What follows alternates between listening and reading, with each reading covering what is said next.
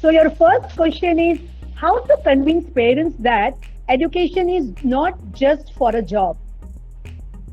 Wow, you guys are going to put me on the spot. If I could answer that question in the next 2 minutes, I think I deserve an award. But Okay. I think I'm going to start off by simply saying that it's it's a process. The more the slide that I showed you, the how, different ways, through bulletins, through Yeah. emails, through through Hmm. events like Dr. Rao mentioned, through PBLs, through TED Talks, through parent seminars. You are going to actually explain that you are doing more than what is a job. It's not 9 to 5, because it doesn't end there. We're thinking all the time. We are showcasing all the time. We are receiving feedback, incorporating it. I don't think any other service company would do as much as the education space does. But this cannot be spoken in a seminar and left. This is work in progress, which is why I said if you can communicate daily, if you can use social media, if you can find those wow moments to showcase to your parents the kind of effort that your teachers are taking behind the scenes research. It's not about the presentation, it's not about children presenting, it's the work that's being done behind the scenes. How much of design thinking process are they applying? What are they doing? How many man-hours go? It's not a 9 to 5 job. You will be able to explain to them that it's pure passion. Education, unfortunately, has been commercialized by the media in the last 2 decades, I must say. But it continues to be that profession where either you're passionate or you're not. Because if it's a 9 to 5 job, you will be found out. So to convince parents, you'll have to showcase. Please use that slide about how. And I'm happy if Dipankar can share it with all the participants now. Use that.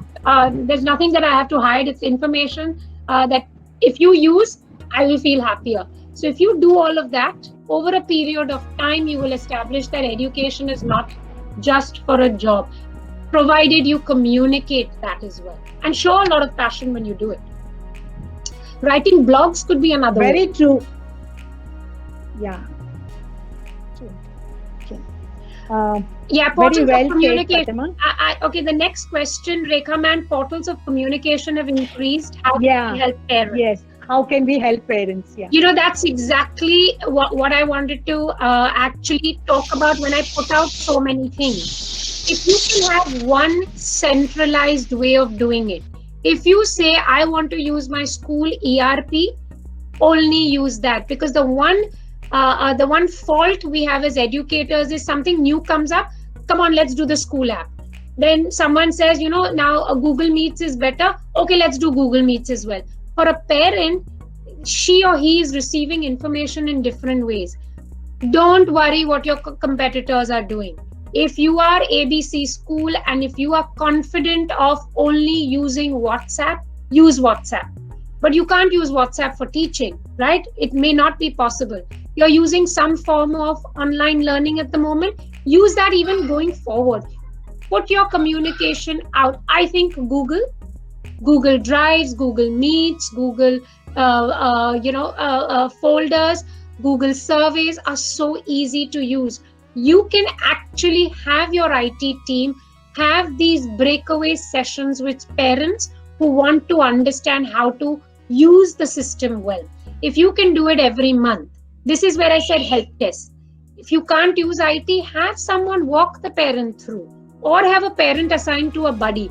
This is where, if you can streamline communication, if you can streamline portals down to 1 or 2, either for teaching, learning, or for communication, it will help.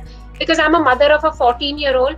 If I get emails, then I have to check the app, and some WhatsApp parent group is there. I'm losing my mind, and I'm a working parent. So make it simple. Tell me email is the way to do it, WhatsApp is the way to do it, or the app is going to be the way to do it. Whatever you tell me, I'll follow. Mr. Rao actually spoke about trust. If you establish that, they will follow the path. You just have to tell them. So narrow it down to 1 or 2. Teaching, learning, and how to communicate. Don't get excited by 20 new products. There will be a product to be sold every minute. Don't get tempted. Let your competitors do it. You stick to one for the sanity of your parents. Very true, very true, very well said. Our next question is, how can we use communication to make our parents problem solver instead of seeing them as problem creators? If you are orienting them enough, if as a leader or an educator or a teacher, you can think through what the parent will ask after you've presented information, if you can come up with frequently asked questions, and if you can tell them, you might have this question, but instead of asking me, see if you can actually discuss it in your parents group. Maybe someone can help you mitigate it. You can have frequently asked questions like a help desk they can refer it to. You can actually have a workshop for becoming problem solvers. So you can tell them, okay, today I told you get glitter. There was a senior KG experiment in one of my consultancy school, and the school leader told me she had asked them to get glitter and put it in paint because she wanted to show them magic. You know how it is in the snow globes? This one child and the parent did not have it.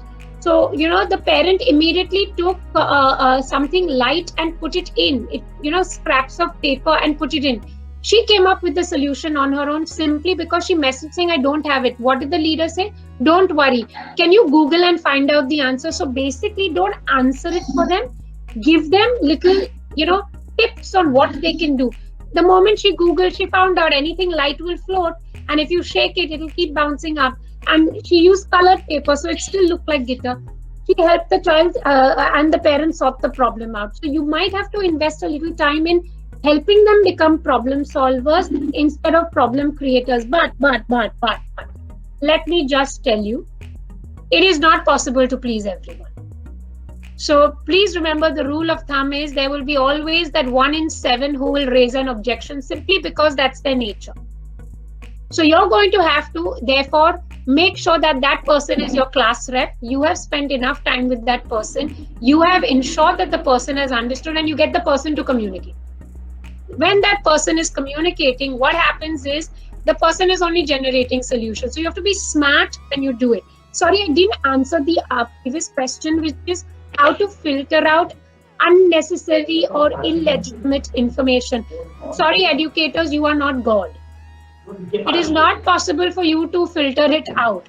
But what you can tell them is today there are apps that they themselves can see. You know how many circulars came out? Lockdown, unlock, minister is saying this, BMC is saying this. So many rules came out. Fake news is a great app to go to. Like that, tell them that if there is a question in your mind, have that one person who they can speak to clarify it before it spreads. That's all you can do. You cannot, hope to solve everyone's question and filter it out. Therefore, if you communicate everything up front, chances are 20% is going to cause confusion. You will bring that down to 10%, but I think that 10% will remain and you cannot fight. That, I believe, is evolution. You can break it over time, but you will always have that 1 in 7 that's going to resist it. Don't worry. Yeah, thank you. The next question is how to bring communication to be balanced. Yes, so when I was thinking about putting these slides together, I felt that I'm bordering on over communication.